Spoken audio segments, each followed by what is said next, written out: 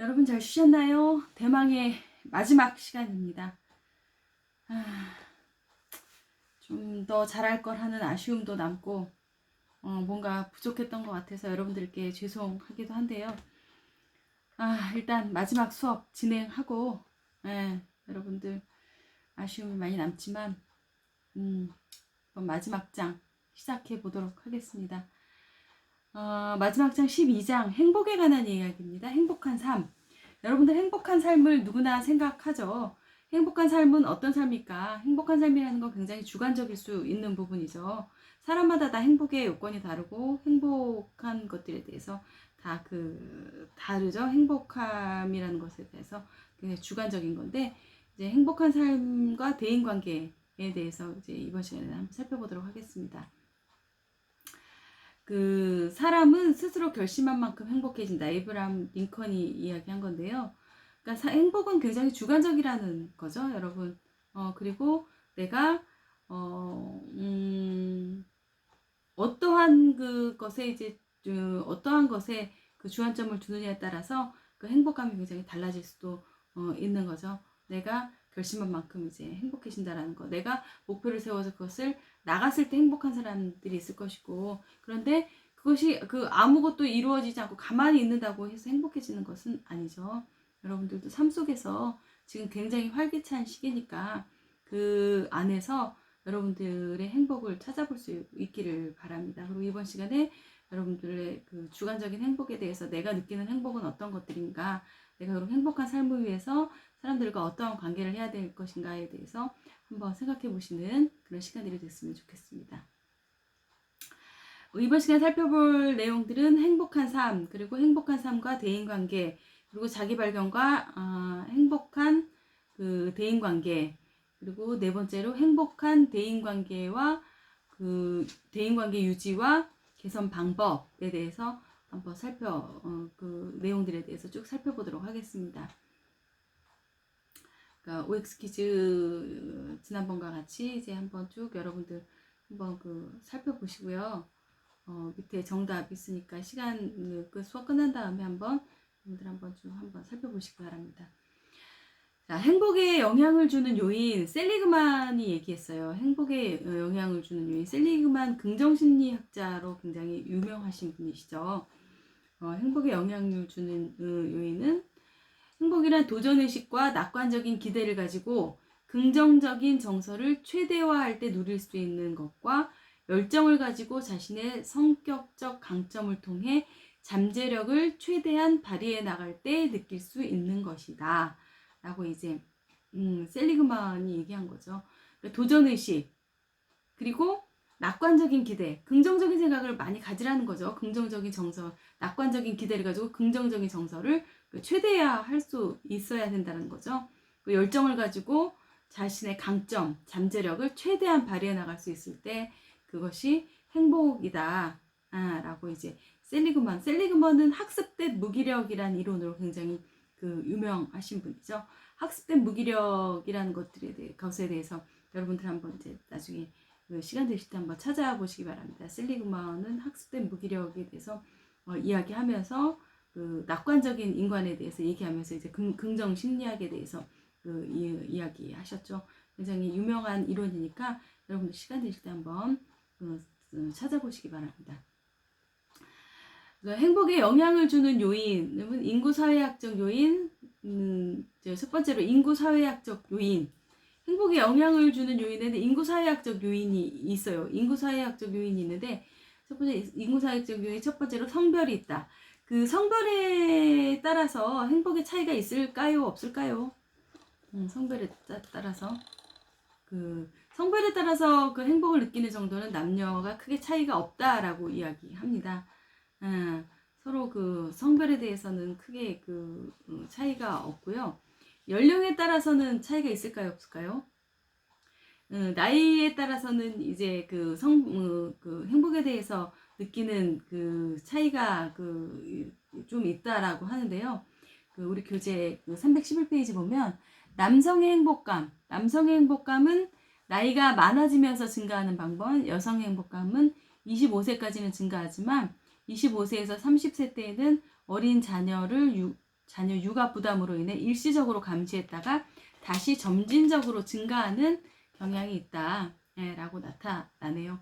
그러니까 이게 그 젊은 사람들에 비해서 그 나이가 들수록 이제 더 삶의 행복감을 느낀다고 하는데, 근데 그것도 이제 그 사람에 따라 차이가 있을 것 같아요. 자기 삶을 다 통합하고 그 뭔가 안정적으로 자기의 삶을 이제 마무리할 준비가 됐을 때, 그리고 그 삶을 잘 영위해 나갈 때는 이제 행복할 것 같고요. 그렇지 않고 노년의 삶이 굉장히 힘들거나 어려울 때, 어려운 것을 직면하게 될 때는 그 행복감이, 근데 보편적으로 이제 그렇다라고 이제 우리 교재에는 이제 나와 있네요. 나이가 그 노인이 젊은 사람에 비해서 삶의 만족도, 행복감이 그 높다라고 이제 우리 교재에 이렇게 나와 있네요. 그리고 교육 및 지능 수준에 따라서 이제 행복감이 다를까요?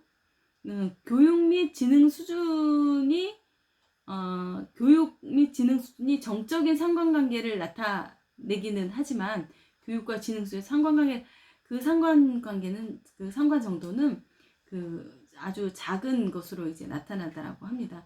그러니까 행복에 영향을 주지는 않지만 그 좀 더 많은 교육의 혜택을 누리게 되면 그만큼 조금 더 주관적인 만족감과 행복감을 느낄 수 있다라는 거죠. 그런데 그것에 이제 좀 더 많은 그 공부를 했다거나 뭔가 뭔가 지능이 높다거나 이런 것들에 대해서 주관적으로 그렇게 생각할 수도 있고요. 그것을 그렇게 중요하게 생각하지 않을 수도 있고요. 그렇기 때문에 이것은 굉장히 좀 주관적인 부분이 있기 때문에 그 교육 및 지능 수준은 상관관계가 없다라고 얘기할 수는 없지만 크게 영향을 미치지 않는다. 그러니까 소득은 그 다음으로 소득은 영향이 있을까요? 소득은 굉장히 큰 상관관계를 보여주고 있다 라고 이야기를 합니다.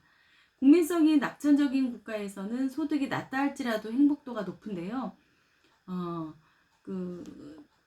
행복 지도가 우리나라보다 훨씬 못 사는 나라에서 행복 지수가 훨씬 더 높게, 우리나라 행복 지수가 굉장히 낮죠. 행복 지수가 낮고 우리나라보다 훨씬 국민소득이 낮은 나라가 행복 지수가 높은 나라들이 있죠. 그렇기 때문에 이제 국민성에 따라서 소득 이게 낮다 할지라도 이제 행복도는 높을 수도 있고, 물질적인 풍요가, 물론 이게 물질적인 풍요가 삶을 편안하게 해줘서 더 행복하게 해줄 수는 있겠죠. 좀 편리한 생활을 할 수 있어서 좀 행복감을 느낄 수도 있겠죠. 그런데 그것이 결정적인 역할을 하지 않는다라는 거. 물질적으로 돈만 많다고 해서 모두가 행복한 삶은 아니라는 거. 그러니까 그 행복에 영향을 주는 요인들을 쭉 이제 인구 사회학적 요인에 대해서 쭉 이제 살펴보면 뭐 그렇다라는 거. 그리고 이제 직업이나 건강, 결혼, 종교 이런 것들도 이제 우리가 행복한 삶에 영향을 주는 요인이라고 얘기할 수 있겠죠. 그러니까 적성에 맞는 일을 선택할 경우 직업의 만족도와 함께 삶의 만족도도 높다라고 보고되고 있고요. 미혼자보다 기혼자가 더 행복도가 높다라고 나타나고 있습니다. 그리고 이것은 종교를 갖는 것도 사람의 행복도에 큰 영향을 줄 수 있다라고 이야기합니다. 행복을 주는 요인, 인구 사회학적 요인에 대해 살펴봤고요. 두 번째로 심리적인 요인. 심리적인 요인에서 행복을 갖는다라는 건, 여러분 계속 불만을 갖는다면 그것은 어때요? 계속 불평불만이 있는 사람들은 자기 자신에 대해서도 부정적으로 생각할 수 있기 때문에 비관적인 생각을 굉장히 많이 하게 되는 거죠. 그렇다면 행복하지가 않겠죠. 낙천적인 성격을 가진 사람은 어때요? 긍정적인 기대를 가지고 자기 삶을 영위해 나갈 수 있겠죠. 그렇기 때문에 이제 이런 것들이 낙천적인 성격 요인이 행복에 영향을 줄 수 있다. 외향적인 성격, 꼭 외향적인 사람만이 행복감을 더 느낀다라고 이야기할 수는 없지만, 외향적인 성격을 가지고 있는 사람이 심리적 에너지가 밖을 향하고 있기 때문에 사람들과의 관계, 우리가 대인관계를 배우잖아요. 관계 속에서 에너지를 충전하기 때문에 내향적인 사람들에 비해서 그 더 사교적이고 긍정적인 피드백을 받을 기회가 많기 때문에 외향적인 성격을 가진 사람들이 조금 더 그 행복을 영위하는데 조금 영향을 더 줄 수 있다 라고 이제 이야기하고요. 자기 존중감이 굉장히 중요한 역할을 차지하죠. 행복감을 갖는 데 있어서 자기 존중감이 높은 사람들일수록 어때요? 자기 자신에 대한 확신감을 가지고 살아가죠. 자기 자신의 확신, 자기 자신의 가치, 그 속에서 이제 자기 자신의 자율적으로 자기 자신을 표현하고 행동할 수 있는 그런 그런 성향을 가지게 되는 거죠. 이렇게 자기 존중감이 있는 사람들은 자기 자신의 삶의 분명한 목표와 목적을 가지고 있는 사람들이 대부분이고요. 자신에 대해서 긍정적인 태도를 가지고 있고 긍정적인 특성과 부정적인 특성을 모두 함께 수용할 수 있는 에너지를 가지고 있는 사람이 이제 자아 존중감이 가지고 있는 사람이라고 이야기할 수 있죠. 이러한 가치를 실현해 나감으로 인해서 자기 실현을 할 수 있는 사람이 이제 자기 존중감이 있는 사람, 자기 존중감이 있는 사람은 자기 실현을 해 나갈 수 있는 사람이라고 이야기할 수 있겠죠. 그래서 행복에 영향을 주는 심적인 요인은 낙천적인 태도, 여러분 긍정적인 그 생각을 갖는 게 굉장히 중요하다라는 거. 그리고 너무 소극적이고 내향적인 성격보다는 좀 외향적으로 활동적인 성격. 이거는 적극적인 성격과도 연관이 좀 있겠죠. 그런 것들. 그리고 자기 존중감도 이제 그 굉장히 행복에 영향을 미치는 그 요인이라는 거. 그리고 욕망 충족 이론, 이제 메슬로우가 얘기한 것들에 대한 이 얘기예요, 여러분. 우리가 앞에서도 쭉 살펴봤죠. 욕구 충족 이론, 욕망 충족 이론. 가지고 가장 보편적인 행복 이론이고 인간은 자신이 가지고 있는 욕구, 욕망이 충족되었을 때 행복을 느낀다. 그래서 첫 번째 뭐였어요, 여러분? 그 생리적인 욕구, 안전에 대한 욕구, 쭉쭉 아까 앞에서도 살펴봤죠. 그리고 소속감과 애정에 대한 욕구, 자존에 대한 욕구, 자기 실현에 대한 욕구, 이런 것들, 욕구들이 그 충족돼야지 그 행복한 삶을 행복하다라고 이야기할 수 있다라는 거. 메슬로우 이론은 우리가 계속 앞에서 살펴봤죠. 그리고 목표 이론. 목표 이론은 것은 사람마다 어때요? 다 자기가 설정해놓은 목표가 다 같을 수는 없죠. 사람마다 다 자신이 설정해놓은 그 목표를 달성하게 되었을 때 목표를 향해 자기가 잘 나가고 있다라고 믿고 생각할 때 행복감을 느끼게 된다라는 이론이 이제 목표 이론이고요. 행복에 관한 심리학적 이론에서. 그리고 괴리 이론이라는 것이 있죠. 괴리 이론. 괴리 이론은 건 뭐냐면 사람마다 어때요? 자신이 느끼고 있는 자신의 그 상태, 상태를 어떤 기준과 비교해서 그 기준과의 괴리를 인식할 때 행복감. 그 느끼는 괴리는 그 기준보다 높을 때 행복감을 느끼겠죠. 근데 그 반대로 그 기준보다 행복감이 낮다라고 생각할 때는 어때요? 더 절망적인 불행, 행복보다는 자신이 불행하다라고 생각하는 그런 것들이 생길 수 있겠죠. 그러니까 자기가 자기 자신의 상태에 따라서 비교할 때 우리가 앞에서 쭉 살펴봤을 때도 앞에서 이렇게 본 이 내용 중에서도 현실적 자기, 이상적 자기, 이런 것들, 가능한 자기, 이렇게 쭉 살펴봤을 때 느끼는 것들, 자기가 이상적인 것에 도달했을 때는 어때요? 행복감을 느낄 수 있겠죠. 그런 괴리를 느낄 수 있겠지만 그것보다 더 안 됐을 때 현실적 자기가 자기 가능한 자기보다 더 낮은 위치에 있을 때에는 더 이제 우리가 불행한 괴리를 느낄 수 있다라는 거죠. 불행감을 더 괴리감을 더 느낄 수 있다라는 거죠. 현실과의 괴리감을 더 느껴서 느낄 수 있다라는 거죠. 이것이 이제 괴리 이론이라는 거, 미칼로스의 이제 괴리 이론이라는 거. 그리고 행복한 삶과 대인 관계,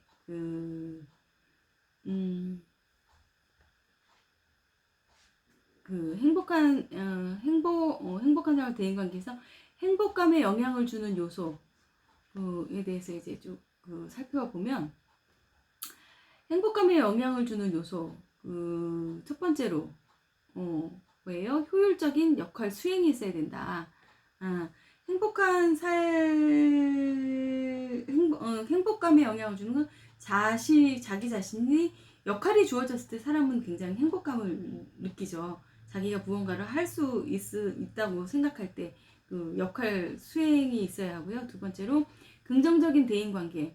그러니까 사람과의 관계가 잘 유지됐을 때 이제 행복감에 영향을 줄 수 있고요. 삶에 대한 분명한 목적의식이 있을 때 행복감을 줄 수 있다. 라는 거. 그리고 성장에 대한 변화 인식. 자기 신이 점점 성장하고 있다라는 그 변화를 인식했을 때 이제 그 행복하다라는 그 것에 그 영향을 줄 수 있고요. 다섯째로 이제 자율성과 자기 수용이 원활하게 이루어졌을 때 이제 우리는 그 행복감을 느낄 수 있다라는 거죠. 행복감에 그 영향을 줄 수 있다라는 거. 행복감에 영향을 주는 요소들에 대해서 이제 그 리프가 얘기하는 것들에 대해서 이제 5가지에 대해서 쭉 살펴봤고요. 그 알포트라는 사람이 엘포트라는 사람이 그 성숙 인격론이라는 것에 대해서 그 이야기를 했는데요. 성숙한 사람은 확장된 자아감을 가지고 있다. 성숙한 사람은 그 자신의 자아감을 확장해서 가지고 있다. 라는 얘기죠. 확장된 자아감 가지고 있다라는 거. 그리고 성숙한 사람은 다양한 사람과 우호적인 관계를 맺을 수 있다. 그쵸, 여러분? 라는 거 어떤 내용인지 아시겠죠? 그 성숙한 사람이 타인에 대해서 비판하거나 비난하지 않고 어때요? 친밀감과 같이 소속할 수 있는 그 사람의 그런 그 연민이나 이런 감정들을 가지고 그 사람과 그 사람을 이해하고 수용하는 그런 그 태도를 갖고 있는 그런 사람이 이제 성숙한 사람이라는 거죠. 그리고 성숙한 사람은 정서적으로 안정돼 있다. 정서적으로 일단 중요한 게 여러분 정서적으로 안정돼 있어야 타인을 내가 대할 때 안정되게 대할 수 있는 거죠. 성숙한 사람이 가지고 있는 정서적인 안정은 이제 첫 번째로 이제 자기 수용과 자기 좌절에 대한 인내. 자기를 수용할 수 있어야 되고 자기가 무언가가 좌절됐을 때 그것을 인내할 수 있는 그런 능력, 자기 수용과 이제 자기 좌절에 대한 그 인내가 있어야 된다라는 거. 성숙한 사람은 그래서 자기 수용 능력과 좌절에 대한 인내를 가지고 감정에 휩싸여서 감정적으로 대하지 않고 그것에 감정에 휩싸여서 동요하지 않고 안정되어 있는 사람이 이제 엘포트가 얘기하는 이제 그 성숙한 사람의 요건이다. 그리고 그 네 번째로 성숙한 사람은 현실적인 지각을 한다. 라는 거. 그 현실을 있는 그대로 받아들이고 객관적으로 바라볼 수 있어야 된다라는 거죠. 그리고 5번째로 성숙한 사람은 완수할 가업을 가지고 있고 이를 위해서 헌신한다. 라는 거. 자신이 뭔가를 열정적으로 해야 될 만한 완수할 가업을 가지고 그것을 위해서 헌신할 수 있는 그 책임감을 가지고 헌신하고 몰두할 수 있는 사람이 이제 활기찬 삶을 살아나갈 수 있다라는 거죠. 그리고 성숙한 사람은 자기를 객관화하는 능력을 가지고 있다. 앞에도 얘기했지만 문제에 대한 객관화와 자기 자신에 대한 객관화가 다 필요하다라고 이야기할 수 있죠. 그리고 성숙한 사람은 또 어때요? 일관성 있는 삶의 철학을 가지고 있어야 된다. 삶의 목적, 의무감 뭐 이런 것들이 다 일관적으로 그 내가 가지고 있는 그 삶의 철학적인 부분들에 대해서 일관성이 있게 뚜렷한 목표와 뚜렷한 뭐 의무감, 헌신, 사명감 이런 것들이 뚜렷한 목표를 가지고 이제 일관성 있는 삶의 철학을 가지고 있어야 된다. 라는 이야기. 이제 엘포트가 얘기한 이제 7가지 이 성숙 인격론들에 대해서 이제 살펴봤고요. 또 메슬로우 우리 이제 그 앞에서도 계속 살펴본 메슬로우가 또 이제 5가지 성숙 인격론에 대해서 이야기하고 있지요. 그래서 성숙한 사람은 현실 상황에 대한 객관적인 지각 능력과 판단 능력을 가지고 있다. 앞에서 이제 엘포트가 얘기한 내용과 이게 상통하는 내용이죠. 성숙한 사람은 자기 자신과 타인에 대한 본성에 대해서 수용적인 태도, 정말 자기 자신을 수용하고 타인을 수용하는 능력이 같이 있어야 된다라는 거. 먼저 그런데 선행돼야 될 것은 자기 자신을 수용하는 것. 자기 자신을 수용하지 못하고 타인을 하기가 힘들죠. 예, 그리고 성숙한 사람은 자기 자신의 모습을 위장하거나 억제하지 않고 자연스럽게 나타낸다. 그러니까 우리가 앞에서도 봤을 사티어의 의사소통 이론에서도 봤듯이 여러분 일치형의 사람이 돼야 된다라는 거죠. 일치형. 그리고 성숙한 사람은 자신과 타인 그리고 상황에 대해 관대하고 차별이 없이 민주적인 태도로 가지고 있어야 된다라는 거. 그리고 성숙한 사람은 타인과 깊은 우정과 이해 속에서 확고한 인간적 유대감을 형성할 수 있는 능력을 가지고 있어야 된다. 이러한 것들을 갖기 위해서 가장 먼저 선행되어야 될 것이 자기와 타인에 대한 수용이고 타인에 대한 이해 그리고 타인에 대한 공감과 경청 이런 것들이 선행됐을 때 밑에 이런 것들 우정이나 이해 속에서 타인과 깊은 우정이나 확고한 인간관계를 유대할 수 있는 발판이 될 수 있는 것이겠죠. 메슬로우의 성숙 인격론. 그리고 6번째로 모든 사람에 대한 인류애와 형제를 가지고 있으면 함께 공감해주고 이해와 용서할 수 있어야 된다. 타인뿐만 아니라 자기 자신에게 주어진 일에 대해서 열정을 가지고 집중하며 책임감도 투철하다. 성숙한 사람들의 얘기죠. 스스로 결정할 능력이 있으며 자율성에 대한 강한 욕구를 지니고 있어 타인에게 의존하지 않는다. 그리고 창의성을 가지고 있어 자신이 종사하는 분야에서 독창적이고 혁신적인 노력을 기울인다. 그리고 생활 속에서 직면하게 되는 모든 일을 즐거움이나 경이감으로 받아들여 노동이 아닌 놀이로 승화시킨다.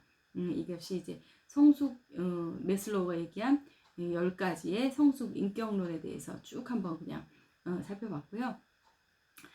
이제 세 번째로 이제 자기 발견과 행복한 대인관계에 대해서 행복한 삶을 살기 위해서는 어때요? 여러 가지 조건이 요구되지만 가장 필수적인 요건은 뭐예요?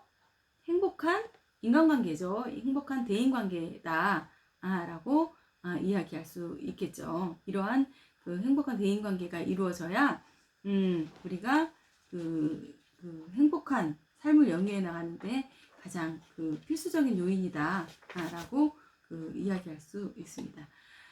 우리 교재 보면 저 표가 나와 있죠. 우리 교재 보면 326페이지에 보면 이 표가 나와 있죠. 행복을 결정하는 요인에는 유전적인 설정값이 50%래요. 그리고 의도적인 활동이 40%고요.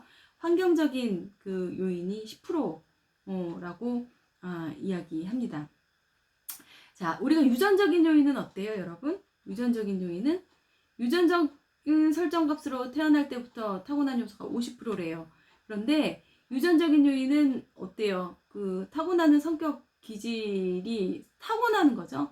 부모로부터 물려받은 기질을 이야기하는 거죠. 내면적으로 가지고 있는 행복도. 이거는 우리가 어쩔 수 없는 부분이에요. 근데 굉장히 높은 부분을 차지하죠. 우리가 이제 둘째로 주어진 환경이죠. 우리가 절대적인 영향을 줄 것으로 생각하는 삶의 환경이나 조건은 행복을 결정하는데 의외로 그런데 어때요? 여러분? 10%밖에 차지하지 않는 거죠. 우리가 환경에 대한 것들이 우리의 행복감에 대해서 절대적으로 영향을 줄 것 같지만 그것은 이제 10%밖에 차지하지 않는다라는 거죠. 그리고 우리가 어때요? 그러니까 환경이라는 것이 여러분 우리가 이제 갑자기 내가 월급을 100만 원을 받다가 150만 원을 받아. 그랬을 때 내가 너무나 행복할 것 같아요. 그런데 우리에게는 이제 쾌락 적응이라는 론이 있어요. 쾌락 적응. 우리가 그러한 상황이 닥쳤을 때 월급을 100만 원 받다가 150만 원 받았을 때 당장에는 그 행복감이 확 높아지지만 우리는 그것에 점점 적응을 해나가기 때문에 그것에 별로 행복감을 별로 못 느낀다라는 거죠. 그리고 내가 뭔가 좀 좋은 것을 갖고 싶어서 갖게 됐을 때, 그 처음에 당장에는 쾌락을 느끼고 행복감을 느끼지만 이 쾌락에 적응해 나가기 때문에 우리는 그것에 대해서 그 만족도가 점점 이제 상쇄된다라는 거죠. 그러니까 의도적인 활동이 40%를 차지해요. 의도적인 활동. 우리가 이제 앞에서 이제 살펴본 이제 두 가지 내용, 유전적인 거나 환경적인 요인은 행복을 증진시켜 나가는 데는 우리가 도움이 되지 않는 것 같아요, 별로. 예. 유전적인 건 우리가 어쩔 수 없는 거고, 환경적인 요인도 이제 그것에 계속 적응을 해 나가다 보면 우리는 이제 쾌락 적응에 의해서 그것에서 그 행복감을 크게 느끼지 못한다. 그럼 의도적인 활동으로서 개개인의 목적, 이런 것들을 세워놓고 어떠한 목표를 세우고 어떠한 어떠한 생각을 가지고 구체적으로 어떤 행동을 해나가냐에 따라서 이제 행복도가 굉장히 달라질 수 있다라는 거죠. 우리가 의도하는 바에 따라서 우리의 행복도가 달라질 수 있다라는 거죠. 그러니까 셀리그만이라는 사람이 그런 말에서 누구나 행복을 배우게 되면 행복을 만들어갈 수 있게 된다라고 이야기를 했거든요. 누구나 행복을 배우게 되면 그 행복을 만들어 나갈 수 있다. 그래서 도전의식을 가지고 낙관적인 기대, 낙천적인 생각을 가지고 긍정적인 정서를 최대화할 수 있을 때 우리는 그 행복을 만들어가고 행복을 느낄 수 있다. 라고 이야기를 합니다. 그러니까 우리는 먼저 우리를 자신을 먼저 긍정적으로 바라보면서 목표를 가지고 그 목표를 하나하나 향해서 성취해 나갈 때 우리의 행복한 삶을 유지하는데 굉장히 중요한 역할을 할 수 있다라는 이야기죠. 그리고 저도 이제 상담을 하면서 우울감에 빠졌거나 굉장히 힘들어하는 사람들에게 있어서 긍정적인 말을 많이 하는 것들을 연습을 시키거든요. 긍정적인 말을 많이 하고 나 자신에게 칭찬의 말을 하고 뭔가 나에게 말을 걸고 나를 보면서 웃어주기 뭐 이런 것들을 함으로 인해서 자꾸 긍정적인 것들을 발전시켜 나가면 부정적인 것들이 이제 상쇄되고 긍정적인 것들이 더 발휘가 되는 거죠. 매일매일 뭐 감사하는 마음을 가져본다든지 감사할 목록들을 찾아본다든지 이런 것들을 계속 시킴으로써 자기 자신의 안 좋았던 부분들이 좀 상쇄되고 좀 감정들을 더 좋게 만들 수 있는 이런 것들을 연습함으로 인해서 더 행복감을 느끼고 가질 수 있다라는 것이죠. 그리고 행복은 바라는 정도, 기대감과 소유의 정도, 바라는 기대감의 소유의 정도라는 거죠. 행복은 그러니까 주어진 소득 정도에 비례하여서 증가하는 것이 아니라 소득 정도에 대해서 비례하는 것이 아니라 바라는 기대감의 정도에 따라서 이제 달라진다라는 거죠. 내가 언제나 얼마나 긍정적인 기대를 가지고 삶을 영위하느냐에 따라서 그 행복감이 달라진다. 라는 이야기를 하고 있습니다. 자, 그리고 그 다음에 행복한 대인관계의 유지에서 보면 사회적 행복한 대인관계를 유지해 나가기 위해서는 어때요? 처음에 사회적 지지망을 확대하고 강화해 나가는 것이 필요하다라는 거. 그리고 두 번째로 자신의 생활 경험을 기록하는 것. 자신의 생활 경험에서 좋았던 것들을 기억해서 그것들을 계속 활용해 나가는 것들이 필요하겠죠. 그리고 사양식 비교, 너무 높이 있는 것들에 대한 비교를 하다 보면 어때요? 너무 높이 있는 것들에 위에 계속 비교를 하다 보면 계속 감정이 안 좋아지고 우울감이 생길 수 있겠죠. 비교를 안 하는 것이 좋지만, 제가 볼 때는 이 비교라는 것이 하향식 비교든 상향식 비교든 그렇게 좋다라는 생각은 하지 않는데, 어쨌든 상향식 비교보다는 하향식 비교가 나타나는 건 그리고 유머 감각을 잘 활용하는 거. 유머 감각이 있는 사람들은 참 만나면 즐겁죠, 여러분. 근데 내가 유머 감각이 없을 수도 있어요. 없어도 괜찮지만 상대가 유머 감각이 있을 때 그것을 즐길 줄 아는 여유, 이런 것들도 굉장히 대인관계에서 중요한 역할을 할 수 있다라고 볼 수 있죠. 그리고 영성과 종교성.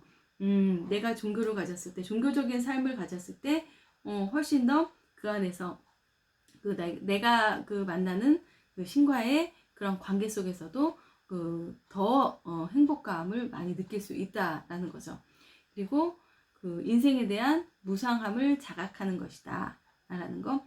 그러니까 이것은 뭐냐 하면, 인생은 무상해, 아유 뭐 인생 뭐 있어, 이게 아니라 인생에 대해서 인생은 어차피 한번 지나가는 것인데 내가 너무나 지나치게 욕심을 가지고 그것을 가지려고 하지 말자라는 거죠. 예. 내가 너무나 그 많은 것들을 가지려고 욕심을 내다 보면 너무나 이게 삶의 질이 떨어지고 행복감이 떨어지고 대인관계에서도 힘들다라는 거죠. 그러니까 지나친 욕심이나 욕망을 좀 내려놓고 어차피 삶에 대해서, 죽음에 대해서도 한번 생각을 해보면서, 어차피 우리가 이 땅의 삶은 유한한 것인데 너무나 욕심과 욕망에 치우쳐서 살지 말아야 되는 것이다 라는 것에 대해서 이제 이야기를 하고 있습니다. 행복한 대인관계 개선 방법 하면 처음에는 그 신뢰감을 수축하기가 아니라 신뢰감을 구축하기죠. 신뢰감을 구축하는 것. 신뢰감을 갖는다는 건 굉장히 중요한 것이죠, 여러분. 신뢰의 그 사전적인 의미는 굳게 믿고 의지한다라는 거죠. 우리가 그 신뢰감을 형성한다는 과정이 굉장히 힘든데 그것도 한순간에 무너져내기도 쉽죠. 사실. 그러니까 이루기는 힘들고 그러니까 신뢰감을 구축해갖고 그것을 유지해 나가는 것이 굉장히 좀 중요하죠. 굳건한 믿음과 그 의지를 갖는다라는 거. 그리고 그 상대방의 그 신뢰감을 구축하는 건 상대방에 대한 긍정적인 기대감을 내가 가지고 있을 때 상대방을 의식하게 되고 상대방에 대해서 좋은 감정을 갖게 되고, 그럴 때 서로에게 서로를 수용할 수 있는, 서로를 신뢰할 수 있고 믿을 수 있는 그런 관계가 될 수 있겠죠. 그리고 위험을 감수할 용의를 갖는다. 신뢰감을 내가 이 사람에 대한 그러니까 큰 그런 대단한 위험이 아니라 신뢰감에서 오는 어느 정도의 위험도 감수할 수 있는 그런 용의를 갖는 것이 이제 신뢰감을 구축하는 것에 대해서 구축하는 방법이 되겠고요. 상호 이제 의존적인 관계가 되어야겠죠. 서로 이렇게 어떠한 것들에 맞닥뜨렸을 때 서로의 심리적으로 편안함을 갖고 뭔가 상호 간의 신뢰감이 구축되었을 때 서로에 대해서 좋은 것들에 대해서 낙관적으로 이야기를 하면서 서로를 의존하게 되는 그런 의존성을 갖게 된다는 거죠. 신뢰감을 구축함으로 인해서. 효과적인 의사소통. 우리가 의사소통에 대해서는 굉장히 많이 이야기를 했죠, 여러분. 의사소통에 대해서 앞에서도 의사소통, 효과적인 행복한 대인관계를 위해서는 효과적인 의사소통이 필요하다. 의사소통이 자기 표현 하기에는 어때요? 자기 개방도 들어있겠죠. 자기 표현을 하면서 자기 개방을 하는 것들 굉장히 중요하고요. 메시지에는 자기 표현을 할 때는 어떤 메시지 쓰는 거예요? 아이메시지, 우리 충분히 앞에서 살펴봤던 아이메시지, 이런 방법들 살펴보는 것들. 그리고 효과적인 의사소통에서 가장 중요한 게 경청이라고 여러 번 말씀드렸죠. 듣는 거 굉장히 중요하고요.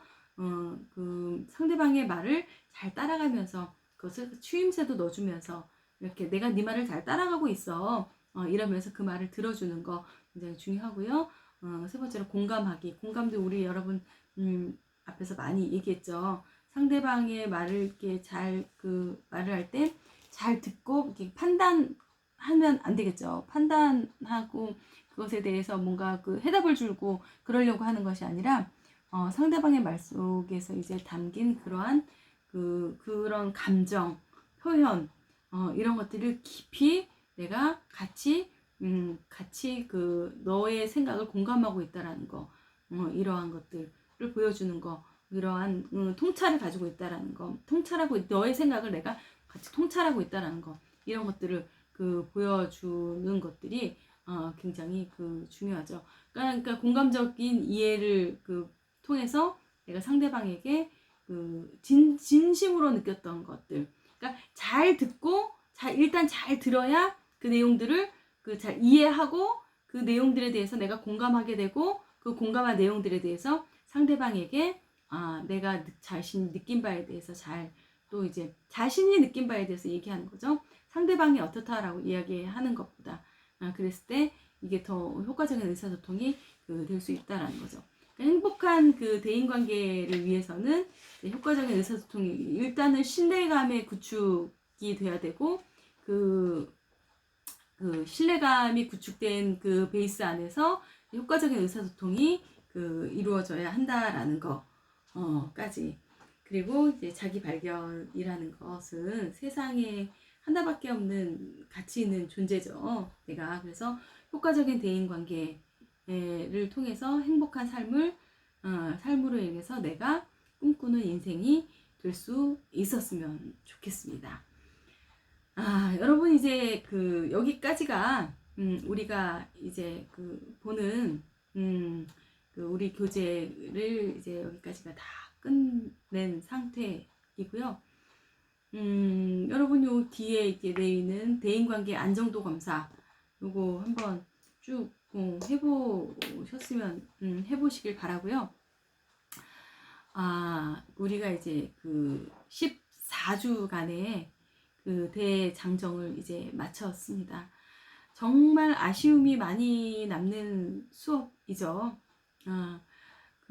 여러분들이 또 굉장히 힘드셨을 것 같아요. 우리가 대면 수업이 아니라 온라인으로 계속 이 화면으로 저도 이 수업을 준비한다고 하면서도 또 부족한 점이 굉장히 많았고요. 미흡한 점이 많았을 텐데 여러분들 이렇게 정말 끝까지 잘 따라와 주셔서 너무 감사하고 고맙고요. 강의를 하면서 참 여러분들에게 미안한 마음도 많이 있었고 하면서 좀 더 무언가를 할 수 있어야 하는데 하지 못한 아쉬움이 가장 많이 남는 시간인 것 같습니다. 여러분들 진짜 한 학기 동안 너무 많이 고생하셨고 수고하셨고요. 이 수업뿐만이 아니라 다른 수업들도 다 듣느라 너무 고생들 많이 하셨고요.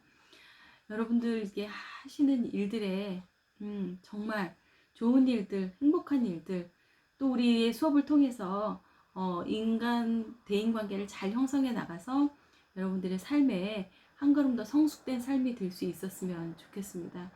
여러분들 이제 모두를 축복하고 제가 여러분들 한 사람 한 사람 얼굴을 보지는 못했지만 혹시라도 만나게 된다면 나는 여러분들을 알 수 없지만 여러분들은 이제 내 얼굴을 14주차 동안에 이 화면을 통해서 봤기 때문에 나에게 아는 척을 해주면 나도 반갑게 여러분들을 맞이하고 인사하도록 하겠습니다. 여러분들 14주차 동안 너무 고생 많이 하셨고요. 이제 15주차 기말고사 한 번 남았습니다.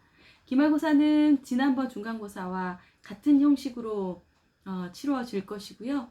15주차 마지막 주에 여러분들 제가 또 공지사항 올리고 시험문제 올려서 그 날에 다 받아서 지난번 시험은 제가 안타까움이 많이 남아서 내지 못한 학생들에게 독려도 하고 했는데요.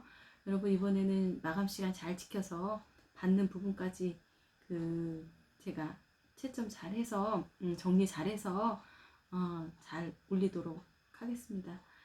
정말 여러분들 얼굴 못 봐서 아쉽고요. 얼굴 한 번도 못 봐서 정말 아쉽고요. 여러분들도 저를 아쉬워해 주셨으면 좋겠습니다. 이것으로 대인관계 심리 수업 모두 마치도록 하겠고요. 여러분들 인생에 있어서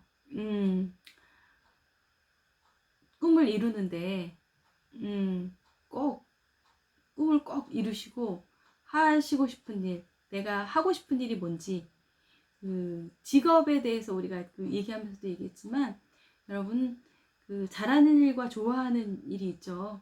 여러분들이 잘하는 일이 여러분들이 좋아하는 일이 됐으면 좋겠습니다. 그래서 꼭 행복한 삶을 영위하고 행복한 관계 속에서 항상 행복한 일들만 가득하시기를 바라겠습니다. 여러분 한 학기 동안 정말 수고하셨습니다. 감사합니다.